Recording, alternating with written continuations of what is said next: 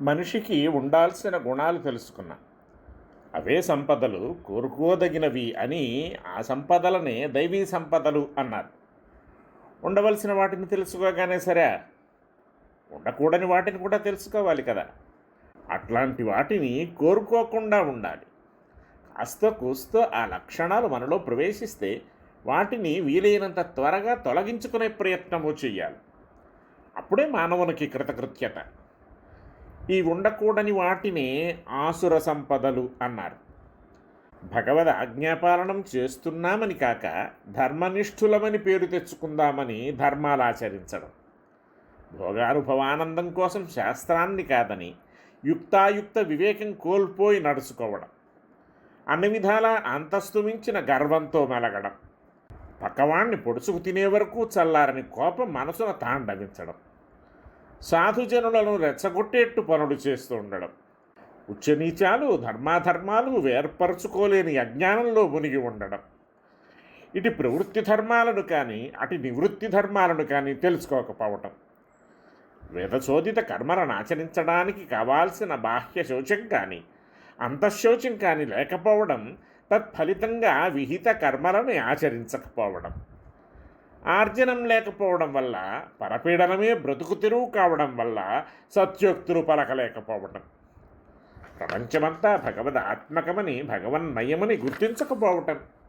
సృష్టి అంతా స్త్రీ పురుష సమాగమం వల్ల ఏర్పడినదే తప్ప ఇంతకు మూల కారణమైన భగవంతుడొకడు అసలు ఉన్నాడనే తాపకపోవటం, దేహం వేరు ఆత్మ వేరు అని గుర్తింపక దేహాన్నే ఆత్మగా భావించుకోవటం, పెచ్చుమీరిన కోరికలతో అక్రమంగా అన్యాయంగా సంపదలు ఆర్జించి సదాచారాలు మంటగలిపి దంభంతో దురభిమానంతో మనను మించిన వారు లేరన్న పొగరుతో తిరగడం, ఐశ్వర్యం ఆభిజాత్యం సహజంగానే ఉన్నాయి, విద్యలు అబ్బినాయి, జ్ఞానము కుదురుకొన్నది, ఇహ నాకేమిటి, నేనే దాన ధర్మాలు ఆచరిస్తాను, యజ్ఞయాగాలు చేస్తాను, ఆ ఫలితాలను పొందుతాను, ఇందుకు పరాపేక్ష ఎందుకు నాకు అని విర్రవేయడం.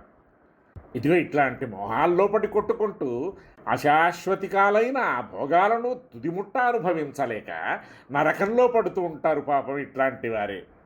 తమ కలిమిని తమ తెలివిని తామే మెచ్చుకొని అన్నీ తెలిసిన వారిలా అన్నీ ఉన్నవారిలా ఏ సత్కర్మాచరణానికి సరైన పద్ధతిలో పూనుకోక వట్టి పేరు కోసం తమకు తోచినట్టు రకరకాల యజ్ఞాలు మొదలైన కర్మలను ఆచరించడానికి సిద్ధపడటం వీరి తత్వం.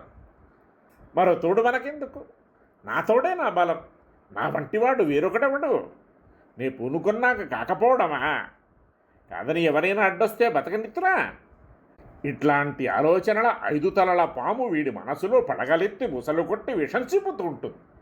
దానితో నిలువెల్లా విషం నిండిపోయి కూడని తలపులతో చేతలతో కోళ్ళ బతుకుతాడు మనిషి.